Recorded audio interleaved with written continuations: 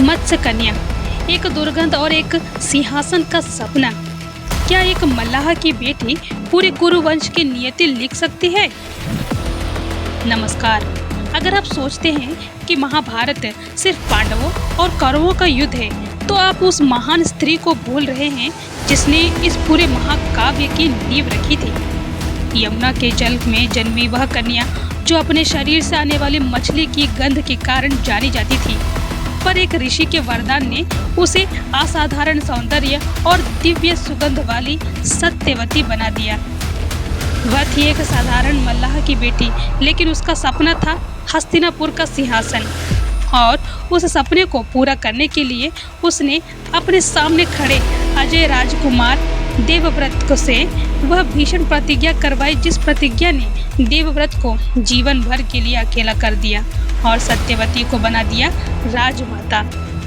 सत्यवती, जिसका हर फैसला सिर्फ माँ या पत्नी का नहीं, बल्कि राजनीति की चतुर खिलाड़ी का होता था। आइए जानते हैं कैसे इस दृढ़ इच्छा शक्ति वाली रानी ने महाभारत के हर मोड़ को खुद गढ़ा। मगर इसी मत्स्यगंधा के अंदर हस्तिनापुर के सिंहासन को बदलने की शक्ति छिपी थी। इनकी एक अविस्मरणीय शर्त ने देवव्रत को भीष्म बना दिया, और इनकी एक मजबूरी ने धृतराष्ट्र और पांडु को जन्म भी दिया। तो कौन थी यह सत्यवती? क्या वह एक महत्वाकांक्षी रानी थी या सिर्फ समय की कठपुतली? चलिए चलते हैं उस युग में और जानते हैं महाभारत की सूत्रधार महारानी सत्यवती की पूरी कहानी। बने रहिए अंत तक। महर्षि वेदव्यास द्वारा रचित महाभारत में कई ऐसे चरित्र हैं जिनके बारे में लिखा और पढ़ा गया है।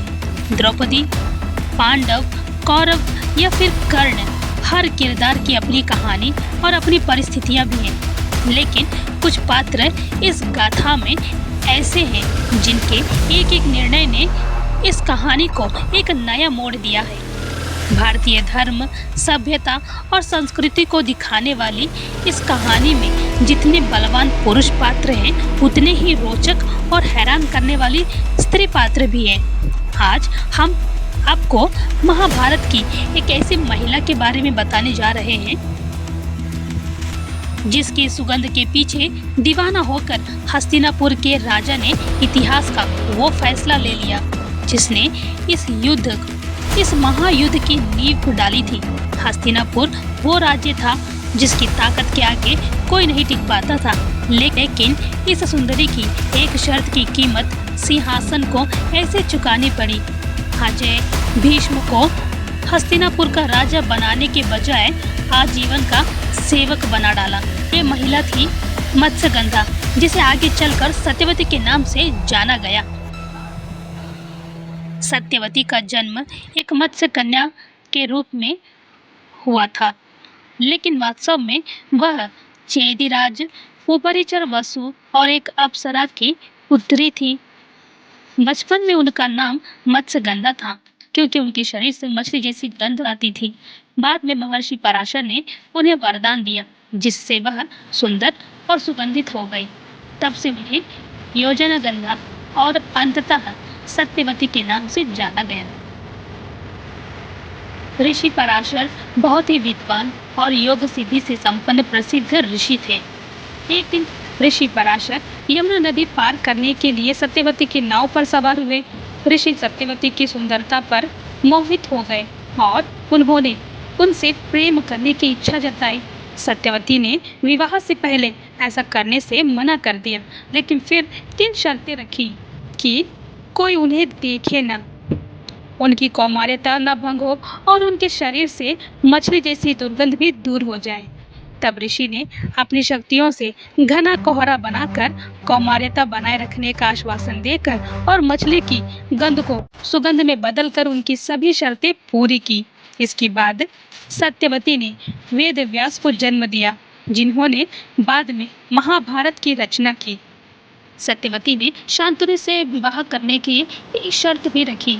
जब शांतनु सत्यवती की सुंदरता और सुगंध पर मोहित हो गए थे, तब सत्यवती के पालक पिता शांतनु के सामने विवाह के लिए एक कठोर शर्त रखी। सत्यवती से उत्पन्न होने वाले पुत्र ही हस्तिनापुर का अगला राजा बनेगा और इसी शर्त के कारण शांतनु के बड़े पुत्र देवव्रत जो आजीवन ब्रह्मचर्य और राज सिंहासन त्यागने की भयानक प्रतिज्ञा भी ली ताकि सत्यवती के पुत्रों को राज्य बन सके। कुरु वंश की जननी शांतनु से विवाह के बाद जब सत्यवती के दो पुत्र हुए, चित्रांगद और विचित्रवीर्य, दोनों पुत्रों की कम उम्र में मृत्यु हो जाने के बाद सत्यवती ने वंश को आगे बढ़ाने के लिए अपने पुत्र वेद व्यास को बुलाया। व्यास जी के नियोग से ही विचित्रवीर्य की पत्नियां अंबिका और अंबालिका को धृतराष्ट्र और पांडु जैसे पुत्र प्राप्त हुए। इसी प्रकार सत्यवती कुरुवंश की दादी और पूरे महाभारत कहानी के केंद्रीय सूत्रधार थी। सत्यवती की जन्म परिचय और उनकी प्रेम कथा को सुन करके आपको कैसा लगा कमेंट में ज़रूर बताएं। क्या महाभारत की ये एक ऐसी पात्र थी जिसने महाभारत की नींव रखी थी? आप क्या कहते हैं कमेंट में ज़रूर बताएं। जय श्री कृष्ण।